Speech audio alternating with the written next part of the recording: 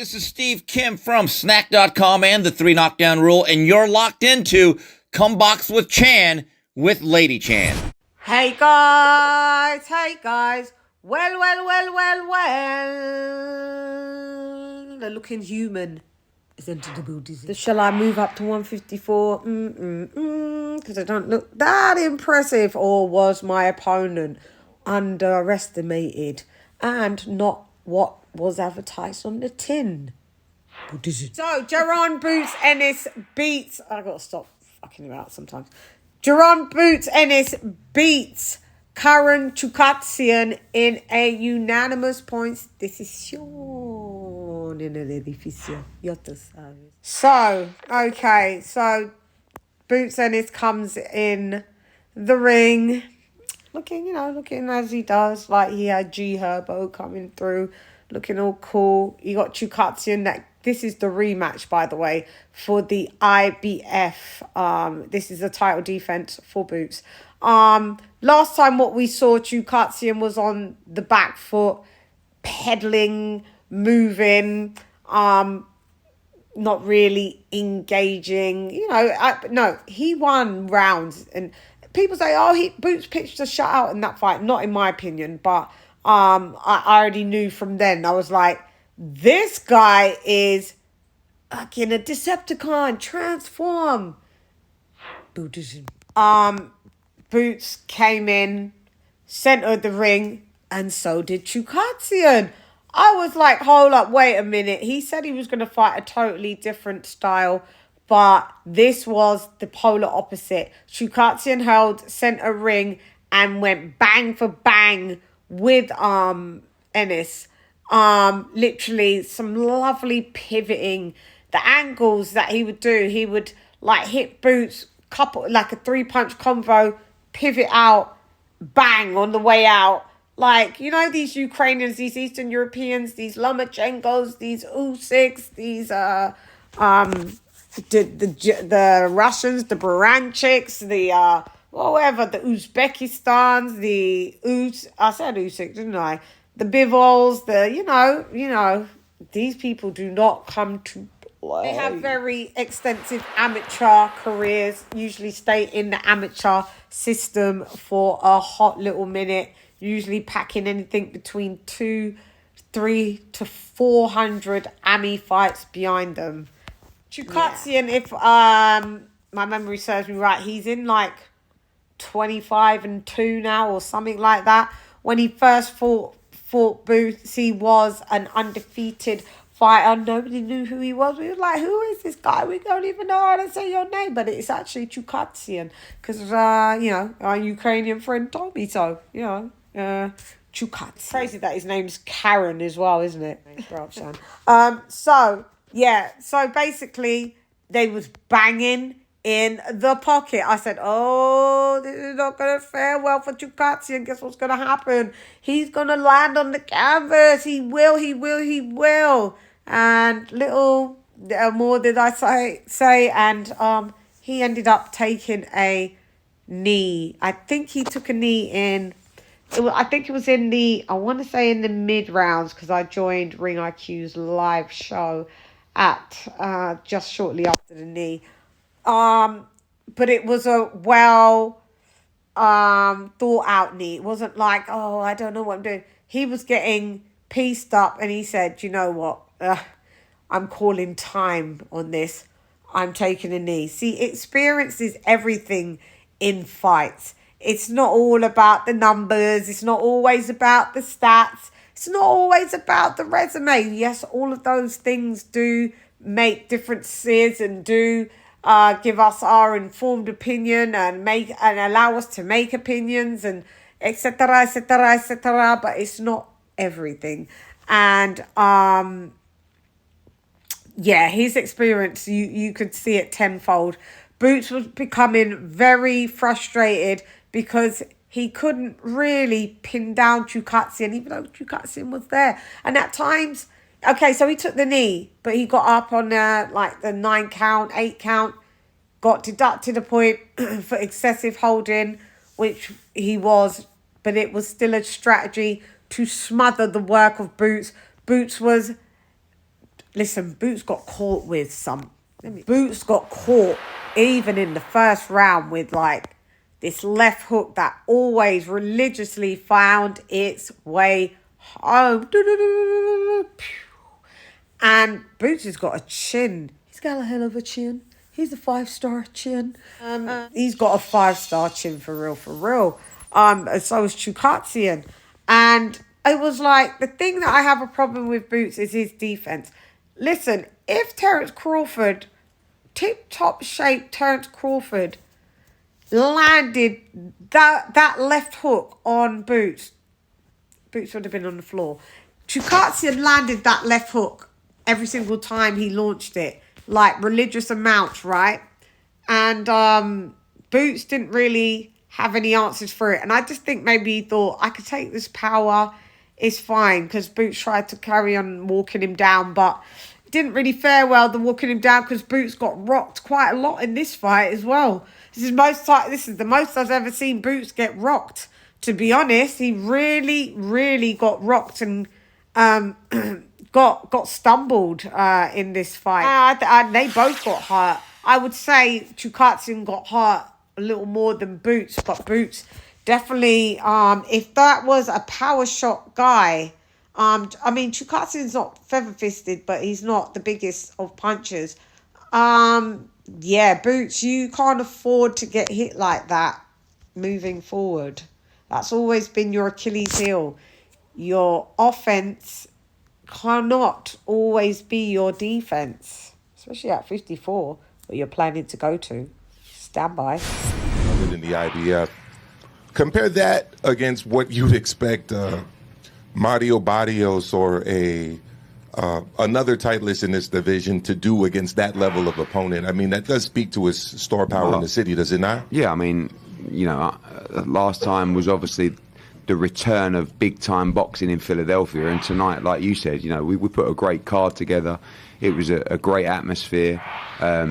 We know that the unifications do great numbers here in the city, but at the same time, we've got to look at the options around. I mean, there's only two options: a unification or a big fight at 154. That's it. What's more reasonable, do you think, Norman Jr. or Mario Barrios? You know, I think, look, we've got Stanionis is in a mandatory against Giasov, our guy. PBC have already messaged me saying, look, could we step aside Giasov and go straight into Stanionis? They're going to look at that performance and fancy their chances. Oscar De La Hoya's been tweeting, we're ready, Virgil Ortiz against Boots. I like that. But what they don't understand is when Boots is fighting those guys, it's all about trying to make it entertaining. The first fight was a stinker. I actually thought that was a good fight tonight. And by the way, I also think that guy beats most 147-pounders. I think he's a good fighter. But Boots is just trying to make it exciting, trying to get him out of there. He doesn't really have a lot of regard for what's coming back. He's getting hit too much because he's like kind of not really even motivated. And against Barrios, against Stanionis, against Norman, it's going to be different. And against Ortiz, it's going to be different. And the performance has got to be different. Because he knows, and Bozy knows, that performance might not be good enough to beat one of those guys. But it will be a different performance from Boots against one of those guys. Don't worry about that. But now we've got a really big decision to make. I never like giving up world titles. But sometimes the time is right. And, you know, we may get a substantial offer to fight Virgil Ortiz in Saudi Arabia. And then, from there, it's on JARON and Bozy. That's it. And he'll get my advice, but these are the guys that will make the decision. But for me, I think it's only unification or Ortiz. That's it. For Boots, what do you think of that February 22nd fight against Ortiz? Huh? You think of that February 22nd fight against Ortiz? Like I always say, I want to fight the best. I don't try to fight these, bottom tier guys. When you fight the best, you're gonna be better. Eddie, what you said you would have advice for him. What is your advice to take the much bigger fight? Depends on the financial package. Depends on what we want to do long term. Depends if we don't want to return to 147. You know, the reason that we fought CHUKHADZHIAN tonight was because Boots had a desire to capture the other championships at 147. So we got to review that position. We've got to look at the option against Virgil Ortiz. We've got to look at the financial package for that fight as well. Because as well, don't forget, you know, a win over someone like Virgil Ortiz on a Riyadh season card is going to take his profile to another level. So it's going to be very tempting. And by the way, it's a brilliant fight. A brilliant fight. I mean, Boots against Virgil Ortiz is one of the best fights out there to be made. Not just in the division, but in boxing. Two tremendous young fighters. It looks like there's a little bit of trouble in Bethlehem over, you know, being at the 147 division. As you could hear, Eddie Hearn said, you know, well, we could do Virgil Ortiz. We were talking about that. Go ahead. You know, I personally think that would be a great fight. I personally think Boots would beat Ortiz, in my opinion. Don't come for me, because you know you start coming for a bitch. Leave a bitch alone. This is my opinion, and opinions everybody's allowed and entitled. Anyway, it looks like, I don't know, 147 division isn't as fruitful. You know, you stayed calling out Bud Crawford, you know, acting like Bud was ducking you. Listen, Linda, Bud Crawford would beat you 8 out of 10 times. You're going to have the other two, you'd be able to beat him. It'd be solely because Bud's mad old. Like, you'd have to fight a 41-year-old Bud to be able to win with that strategy. So it may be looking a little tight over there at 147. So, yeah, 147 looking maybe a bit tight, because Boots is a massive welterweight, and definitely 54 would probably, you know, but it's going to come with some problems, because you're going to deal with guys that are equally have power and more power and taller, longer range, you know, and all of those things. So, you know, you got to be careful. Just it's not willy-nilly when you move up. But I do think maybe you should move up, and then maybe we could see the Crawford fight. That would be nice.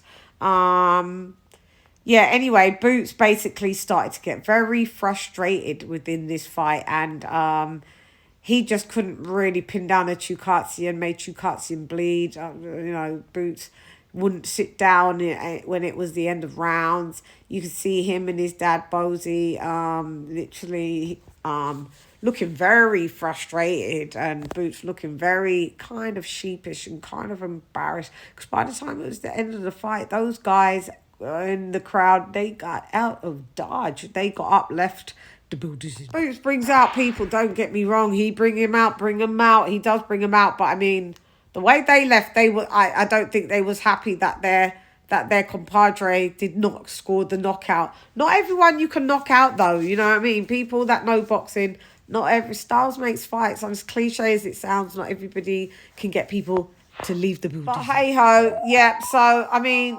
CHUKHADZHIAN didn't go down again. Boots didn't go down, and Boots couldn't get him out. And one of the scorecards, 116, 110. I guess when you have it with the knockdown, point deduction, I can see it. I'd give CHUKHADZHIAN 4 rounds, possibly 5, but you know, when you're tallying up with the point deduction and stuff like that, it could be a 116, 109, could be.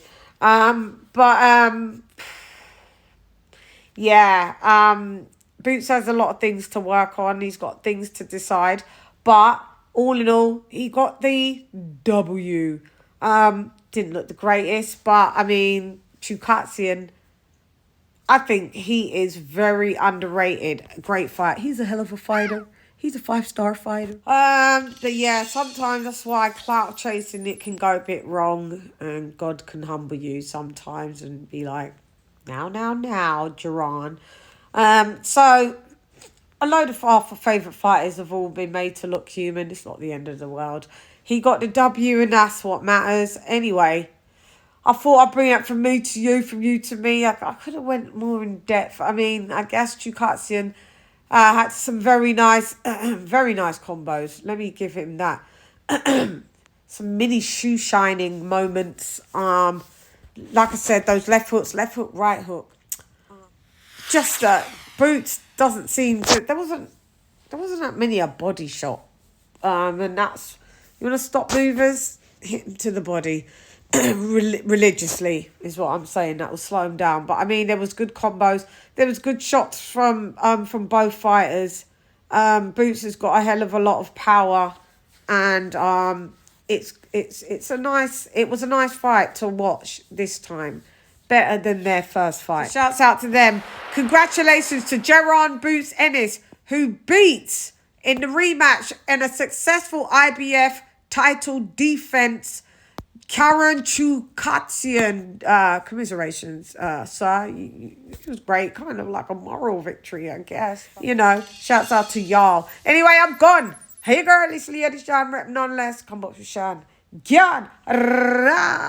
God, man, it's like 6 a.m. 6 a.m. and I'm still in the booty scene. But yeah, sometimes it's like clout chasing, it can go a bit wrong, and God can humble you sometimes and be like, now, to be honest.